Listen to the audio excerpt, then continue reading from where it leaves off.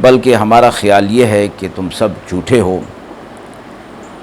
انہوں نے کہا اے قوم دیکھو اگر میں ہوں صاف راستے پر اپنے رب کی طرف سے اور اس نے بھیجی مجھ پر رحمت اپنے پاس سے، پھر اس کو تمہاری آنکھوں سے مخفی رکھا، تو کیا ہم تم کو مجبور کر سکتے ہیں اس پر اور تم اس سے بیزار ہو؟ اور اے میری قوم نہیں مانگتا میں تم سے اس پر کوئی مال، میرا اجر تو اللہ کے پاس ہے اور میں ایمان والوں کو نکالنے والا نہیں، ان کو ملنا ہے اپنے رب سے، لیکن میں دیکھتا ہوں کہ تم لوگ جاہل ہو۔ اور اے قوم کون چھڑائے گا مجھے اللہ سے اگر ان کو میں نکال دوں؟ کیا تم دھیان نہیں رکھتے؟ اور میں نہیں کہتا تمہیں کہ میرے پاس اللہ کے خزانے ہیں، اور نہ میں غیب کی خبر رکھتا ہوں، اور نہ میں یہ کہتا ہوں کہ میں فرشتہ ہوں، اور نہ یہ کہوں گا کہ تمہاری آنکھ میں وہ حقیر ہیں۔ اللہ نہ دے گا ان کو بھلائی، اللہ خوب جانتا ہے جو کچھ ان کے دل کے اندر ہے، یہ کہ میں بے انصاف نہیں ہوں۔ بولے اے نوح آپ نے ہم سے جھگڑا کیا اور بہت جھگڑ کر چکے، اب لے آئیے اس وعدے کو جو آپ ہم سے کرتے ہیں اگر آپ سچے ہیں۔ کہا لائے گا اس کو تو اللہ ہی اگر چاہے گا، اور تم اسے عاجز نہیں کر سکو گے، اور نہ کارگر ہوگی تم کو میری نصیحت جو چاہوں کہ تم کو نصیحت کروں۔ اگر اللہ چاہتا ہوگا کہ تمہیں گمراہ کرے، وہی ہے تمہارا رب اور اسی کی طرف لوٹ کر جاؤ گے۔ کیا کہتے ہیں کہ بنا لائے ہیں قرآن کو؟ کہہ دیجئے کہ اگر میں بنا لایا ہوں تو مجھ پر ہے میرا گناہ اور میرا ذمہ نہیں جو تم گناہ کرتے ہو۔ مذکورہ آیات میں حضرت نوح علیہ السلام کا اپنی قوم کے ساتھ مکالمہ اور مذاکرہ کا تذکرہ فرمایا گیا ہے کہ جو انہوں نے اپنی قوم کو حق کی دعوت دینے کے حوالے سے اختیار فرمایا۔ نوح علیہ السلام طویل عرصے تک اپنی قوم میں اللہ کا پیغام پہنچاتے رہے، تو قوم نے ان کی نبوت و رسالت پر شبہات اور اعتراضات پیش کیے، تو نوح علیہ السلام کو اللہ رب العزت نے ان کے جوابات عطا فرمائے، اور انہوں نے اپنی قوم کو جو جوابات دیے اللہ رب العزت نے قرآن مجید کا انہیں حصہ بنا دیا۔ ان لوگوں کا پہلا اعتراض نوح علیہ السلام کی نبوت و رسالت پر تھا، اور وہ یہ تھا کہ آپ ہمارے ہی جیسے انسان اور بشر ہیں، ہمارے ہی طرح کھاتے پیتے چلتے پھرتے ہیں،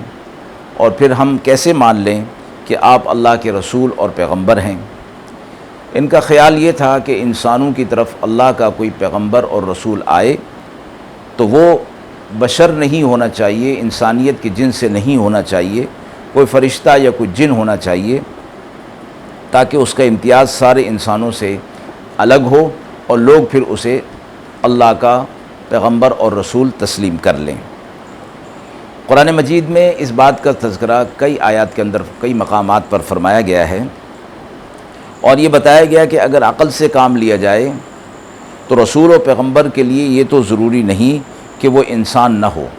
البتہ یہ ضروری ہے کہ اس کے ساتھ کوئی ایسی نشانی اور کوئی ایسی دلیل اور حجت ہونی چاہیے جو اس کے نبی اور رسول ہونے کی دلیل بنے۔ اور اللہ تبارک و تعالی نے تمام انبیاء علیہ السلام کو اس قسم کی دلیل اور حجت عطا فرمائی جسے معجزات کہا جاتا ہے۔ اس لیے نوح علیہ السلام نے فرمایا کہ میں اپنے ساتھ اللہ کی طرف سے واضح دلائل اور حجت لے کر آیا ہوں، اور تم اس کو دیکھتے ہو، اس کے باوجود تم انکار کرتے ہو۔ تمہارا انکار اور عناد تمہاری نگاہوں کو اس نے اندھا کر دیا ہے، اور تم انکار کر بیٹھے ہو اور اپنی ضد پر تم جمے ہوئے ہو۔ ان کا دوسرا اعتراض یہ تھا کہ ہم دیکھتے ہیں کہ آپ پر ایمان لانے والے معاشرے کے سب سے کمزور اور غریب اور کم تر لوگ ہیں، اور اس اعتراض کے دو پہلو تھے۔ ایک یہ کہ آپ کی بات اگر صحیح اور حق ہوتی تو قوم کے بڑے لوگ اس کو قبول کرتے، اور ان چھوٹے اور کمزور لوگوں کا قبول کرنا اس بات کی علامت ہے کہ آپ کی دعوت قبول کرنے کے قابل ہی نہیں ہے۔ اور اس اعتراض کا دوسرا پہلو یہ تھا کہ آپ کی دعوت کو قبول کرنے میں ہمارے لیے رکاوٹ یہ ہے کہ ہم اگر ایمان لے آتے ہیں تو بحیثیت مسلمان ہم ان غریب اور کم تر لوگوں کے ساتھ ہو جائیں گے، نمازوں میں اور دوسری مجالس میں بھی ہم ان کے ساتھ شریک ہوں گے، جو کہ ہم سے نہیں ہو سکے گا، اور ہمیں یہ قبول نہیں کہ ہم غریب غربا اور معاشرے کے غریب لوگوں کے ساتھ، کم تر لوگوں کے ساتھ ہم اپنے آپ کو شریک کریں۔ اس بات کی تردید اگلی آیت کے اندر کر دی گئی کہ اللہ رب العزت کے ہاں اس بات کی کوئی حیثیت نہیں کہ دنیاوی طور پر کون کتنا مرتبہ رکھتا ہے، بلکہ اللہ کے ہاں جس چیز کی حیثیت ہے اور جس چیز کی اہمیت ہے وہ ہے دل کا تقوی اور ایمان۔ اگلی آیت میں یہ فرمایا گیا، پیغمبر نوح علیہ السلام کی زبان مبارک سے یہ کہلوایا گیا کہ میں تمہارے پاس ایک تو حجت اور دلیل لے کر آ گیا ہوں، دوسرا میں تمہیں جو اللہ کا پیغام پہنچا رہا ہوں اس پر میں تم سے کوئی اجر اور معاوضہ طلب نہیں کر رہا، میرا اجر اور میرا معاوضہ تو اللہ کے پاس ہے۔ اس میں یہ فرمایا گیا کہ پیغمبر کی نظر کسی کے مال اور دنیاوی مال و متاع پر نہیں ہوتی، وہ کسی سے اپنی خدمت اور ہمدردی کا معاوضہ نہیں لیتا، وہ بے لوث ہو کر خدمت کرتا ہے اور اللہ کا پیغام لوگوں تک پہنچاتا ہے، اور اس کی اپنی نظر میں امیر اور غریب سب برابر ہوتے ہیں۔ جو اس کی دعوت پر ایمان لے آتا ہے اس کے لیے اللہ کی طرف سے حکم ہوتا ہے کہ اس کو اپنے قریب کریں اور اس کو اہمیت اور اس کی عظمت کو اپنے دل کے اندر پیدا کریں۔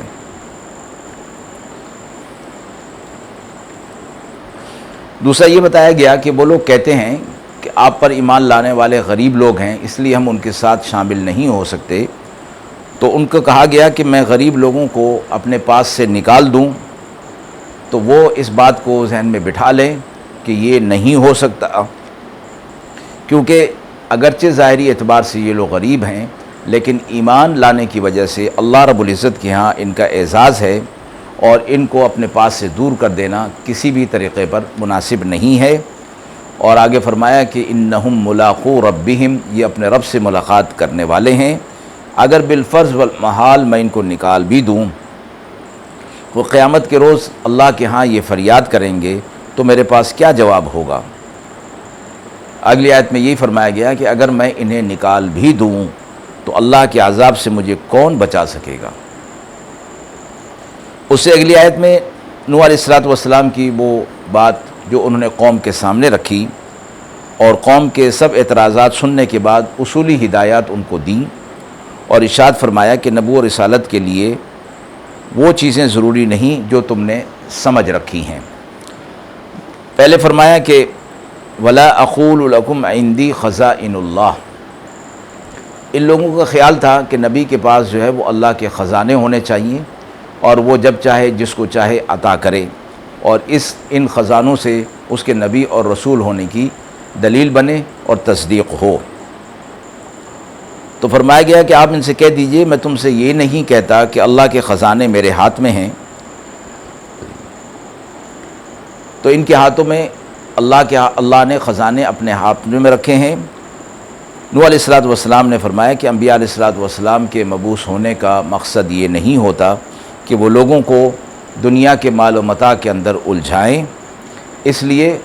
خزانوں سے ان کا کوئی کام نہیں ہوا کرتا، یہ اللہ رب العزت کی تقسیم ہے اور اس نے اپنے پاس رکھا ہے۔ دوسرا یہ فرمایا کہ ولا عالم الغیب، یہ بھی ان لوگوں کا قوم کا خیال تھا کہ نبی اور رسول کو غیب کا علم جاننا چاہیے،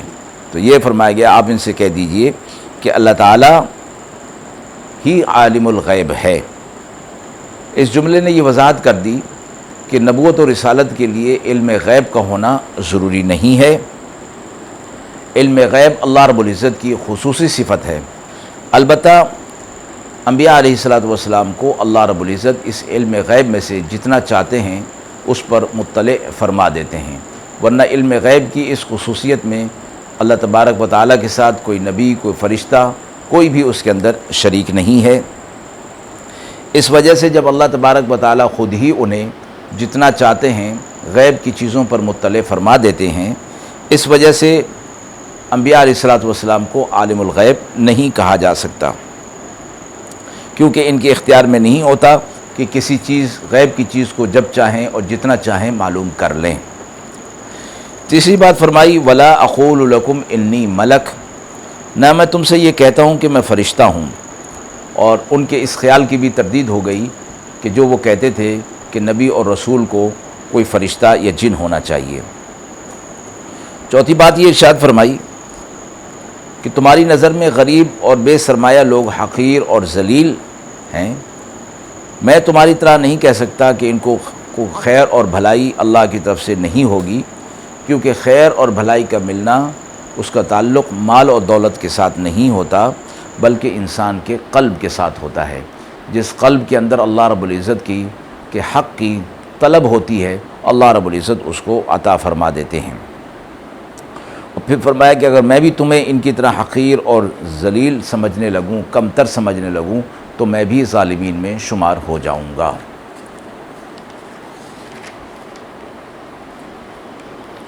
آخر آیت میں یہ فرمایا کہ یہ لوگ کہتے ہیں کہ قرآن کو آپ صلی اللہ علیہ وسلم نے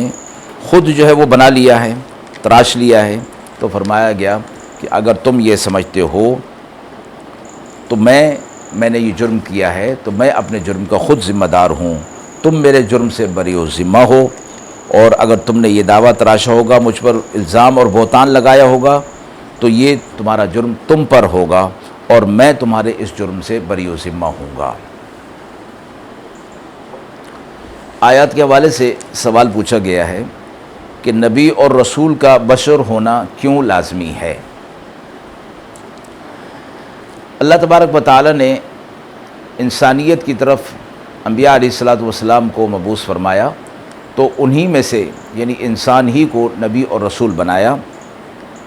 اور نبی اور رسول ہونے کے لیے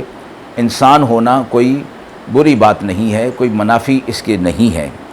بلکہ غور کیا جائے تو یہ چیز ضروری ہے کہ انسانوں کی طرف انسان ہی کو رسول بنا کر بھیجنا چاہیے، اس لیے کہ جو نبی اور رسول ہوتا ہے اس کی بات اور اس کے اسوہ اور اس کے سیرت پر عمل کرنا اسی وقت ممکن ہو سکتا ہے کہ جب وہ خود انسان ہو،